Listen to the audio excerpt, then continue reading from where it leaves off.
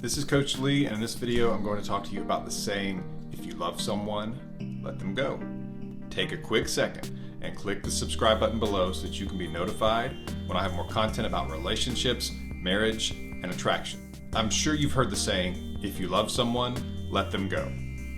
And it's one of those sayings that we hear so often, and it sounds so deep and inspirational and wise that oftentimes we think of it as an unquestionable fact. There are many sayings like that that may be true and may not. For example, sometimes people will say, it's going to get worse before it's going to get better.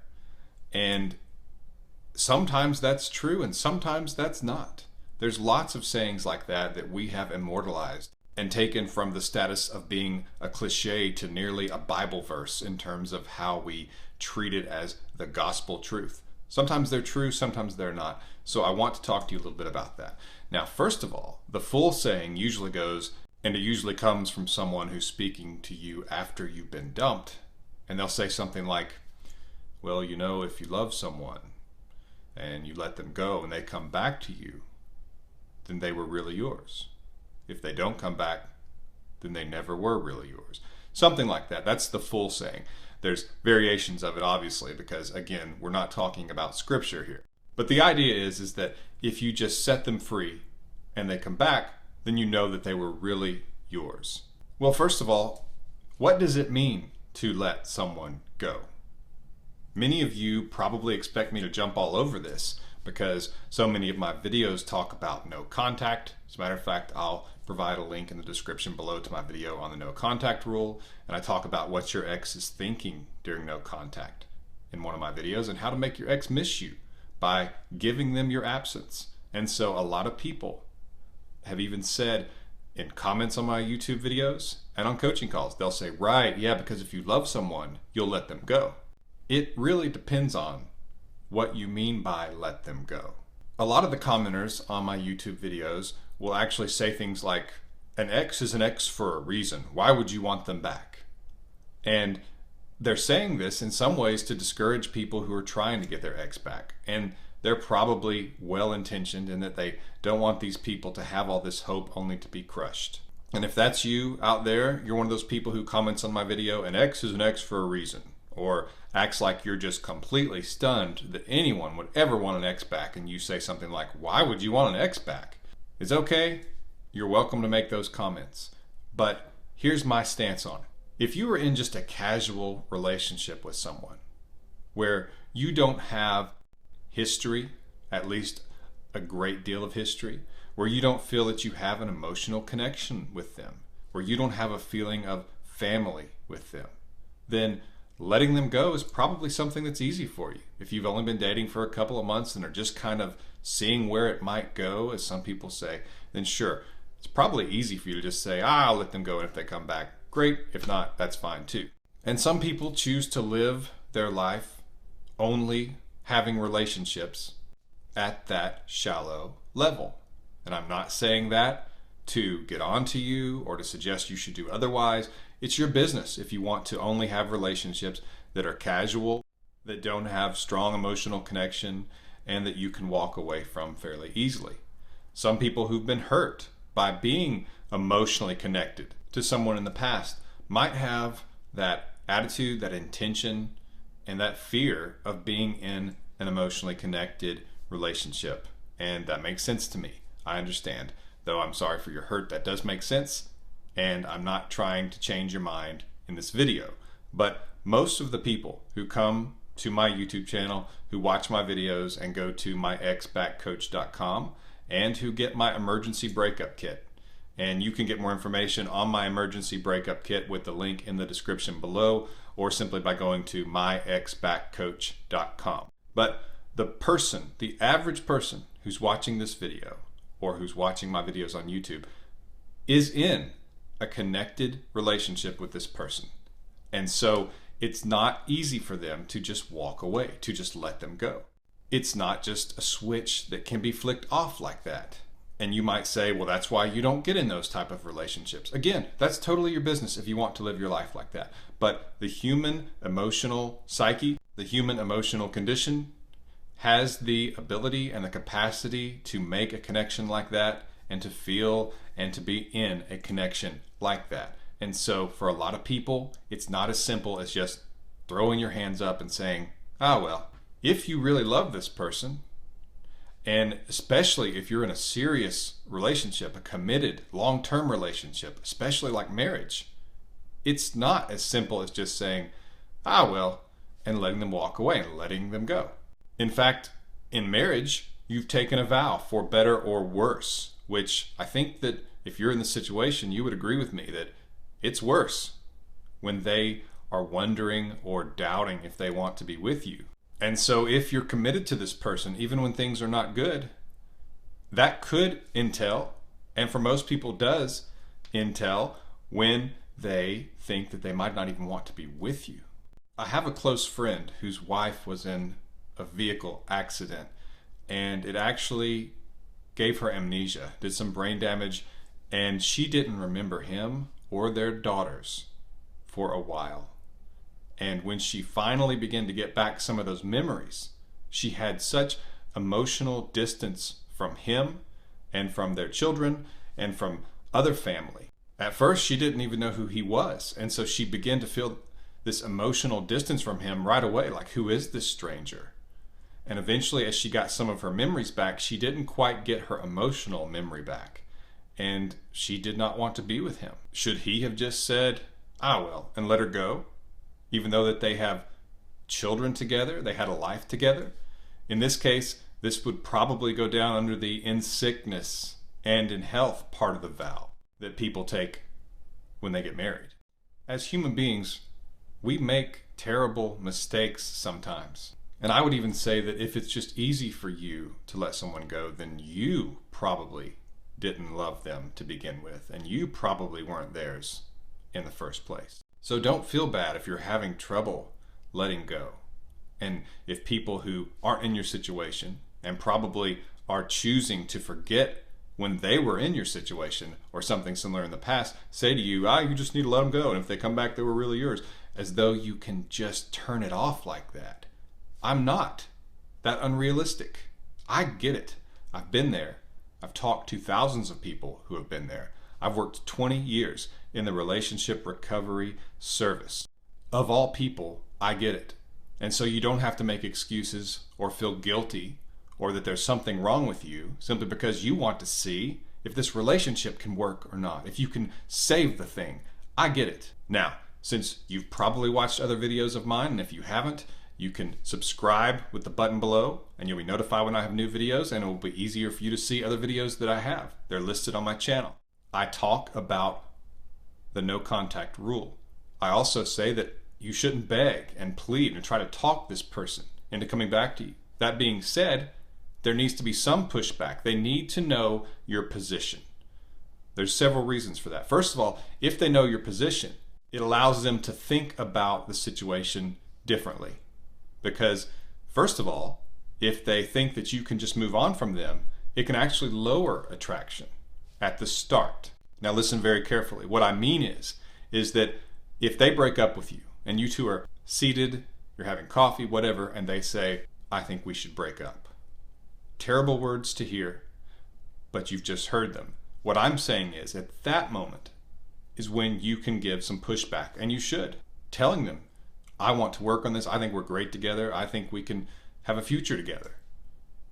But at the same time, you give them the breakup. Now, a lot of you maybe didn't do that. It's already happened and you're thinking, well, I can't go back in time and do that. Well, that's when, if you have made those mistakes like begging and pleading, they get it. They understand you want the relationship to work. You don't have to convince them of that. They already know that. So you're actually in a decent spot to go into no contact. A lot of people say, well, can I go into no contact if I've been begging and pleading? If I've already made those mistakes, can I go into no contact? Well, you don't really have any other choice, because if you keep doing what you've been doing, or if you keep talking to them, they're going to assume that you're about to start doing that, and they're going to be reminded that you did. But they already know you want the relationship to work. So now you respect their decision and you give them your absence for a time, sometimes permanently, if it doesn't work out.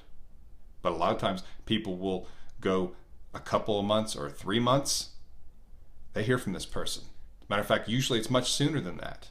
This has a really good success rate because you let the other person actually experience the consequences of the breakup. And in that way, you're not letting them go. Your attitude is not just, oh, well, if they come back, they were really mine. And if they don't come back, they weren't really mine. Because in a lot of ways, it sounds like you weren't really theirs, or at least you weren't really committed to them. You see no contact. And the strategies that I talk about, like radio silence, that I get into in great detail in my emergency breakup kit, which really just gives you a streamlined focus guide that's extremely powerful and effective in getting your ex back. You can get it at the link below or at myexbackcoach.com. And it's not letting them go. It might look like you're doing nothing, and you are for a time, but it's by choice. It comes from a place of maturity. An example that I give in another video is if someone went to their room, like a roommate or maybe a family member when you're growing up, or if it's your spouse, and they close the door, and you go to the door and it's locked, and you knock on it and you say, hey, you want to talk? Is there something wrong? And they say, I just want some space right now. If you go outside and go around to the window and break in the window, do you think that they're going to say, wow, that was really clever of you to find another way to get in, let's talk? No, they're probably going to think that you're out of touch and creepy, because the desire that they showed was that they have some space, that they be alone, they be away from you at the time. That's why they closed the door. So finding another way in, which a lot of times people will ask, what do I do if my significant other, my spouse, my boyfriend, my girlfriend blocks me? Well, the first answer is you don't try to contact them another way, because their intention is clear by blocking you that they don't want to talk to you right now. So you doing it another way is really just being immature and disrespectful. Disrespectful not just to them, but to yourself as well. But giving them that space, letting them experience the consequences by your absence and letting them miss you and see what the breakup is really like, is actually strategic. You are doing something. It's not passive. It's like the great boxer Ali. Does anyone remember the rope-a-dope? You might not, and if you're not in sports and boxing, you probably don't. But it would look like the other guy was winning round after round as Ali stood in there and took punch after punch after punch. He called it his rope-a-dope because he would wear the other person out. And whereas it looked like Ali had been losing the whole time, now this other person was too tired to punch. And Ali was pretty fresh. So he would be punching a tired man, and he would end up the winner. It looked like he was losing. It looked like he was doing nothing. But it was intentional. That's no contact. Now, obviously, that story collapses because we're not trying to exhaust our ex so we can beat them up. If that's the case, you are probably watching the wrong video. But what you are doing is you do want them to become exhausted of your absence. You want them to miss you. You want them to be disappointed that they're not hearing from you. I have a video called Trust No Contact. I have another one that's called Why No Contact Works. And those principles are in there. And so while your attitude should not be that you'll just let them go, and if they come back to you, they were really yours, that's what it might look like. But that's really not what's happening. Because sometimes you have to make an effort, especially if there were some things that weren't going well in your relationship and they're your fault. I'm not suggesting you break no contact to tell this person that you will work on these things. Because what actually happens is no contact causes attraction to increase because your value goes up. You're not an easily accessible commodity anymore because they're not hearing from you. And if you two are talking, if they're initiating contact but you're not initiating, that will actually do much of the same thing. And so first you must raise attraction before this other person will probably be interested in working on it. But a lot of people will ask me, can it ever be the same if we broke up? Does that mean we're just doomed as a couple, that it won't work and I should just go find somebody else?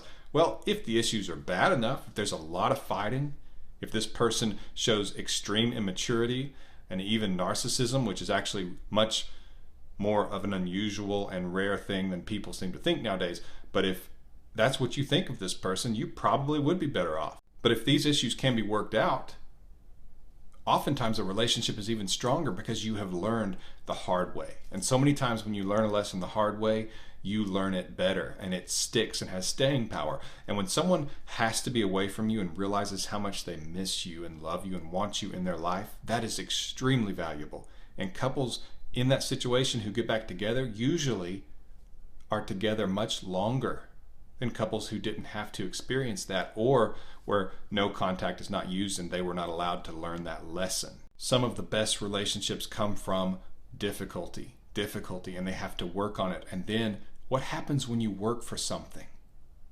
When you earn it, it has more value to you, it means more to you. And people will say, well, it should just click. How many relationships in life has it just clicked forever and you never had downs, you never had arguments? It's pretty unusual. As a matter of fact, the more you're around someone, you begin to be annoyed by them more. The little things that were cute early on now are not so much. So it happens. And if you are of the opinion that being in a relationship means you don't ever have to work on it in order for it to be any good, or that it has to have such a connection that you never ever have to work on it, I'm sorry, but you're in the land of fairy tales and pixie dust. So if you love someone, give it a fighting chance. I'm not suggesting you let them go. I'm suggesting you let them experience your absence in order to reattract them. And so the saying, if you love someone, let them go, and if they come back, then they were really yours, and if they don't, then they never were. This phrase, really yours, I'm not really even sure what that means, because relationships will have difficulty. At some point, though, obviously, you must give them up. If it's just not going to work and they won't give it a try, they are not willing to work, and they leave you, I'm not talking about hanging on forever. But I am saying that what you do may look like letting go, but it's really strategic, it's respectful, it's intended to give this other person a picture of what life without you looks like, and to encourage them to want to work on this. It also shows them that you are a good listener, because you're not trying to force your way into their life when they're saying, I don't want you here at the moment. It shows maturity, because I'm not suggesting you give them the silent treatment and be bitter and cold if they reach out. I'm suggesting you give them the space and time to think, to reflect, to figure this out. It also shows them that you're strong, that you believe in yourself and you believe in the relationship, that you don't have to try to beg or force. I could continue on about the power of the no contact rule and that it looks like you're letting go when you're not. Click the subscribe button below, because I do talk about it a lot and I have other videos on relationships. But the bottom line is that if you love someone, I believe in fighting for them. But you have to do that in a way that reattracts them, that respects yourself, that respects them, that shows maturity, and that actually works. And there's always anecdotal evidence where someone says that they did this and it didn't work, or that it won't work. And I usually will ask, what study are you basing this on? How many relationships have you seen? How many breakups have you seen? Because they're not going to be able to say that they've seen thousands. So trust it. That's a difficult thing to do, but trust that your absence, that this person, if they do love you deep down and they can figure that out and they can see a future with you as possible, your absence will cause them to want to get you back and come back to you. And the tables turn so that this panic that you're feeling and this fear of loss, which is really a lot of the fuel right now, can actually start happening inside of them and pull them back to you. Please click the subscribe button below. Please click the like button below if this video has been valuable to you. This has been Coach Lee, and as always, thank you for watching.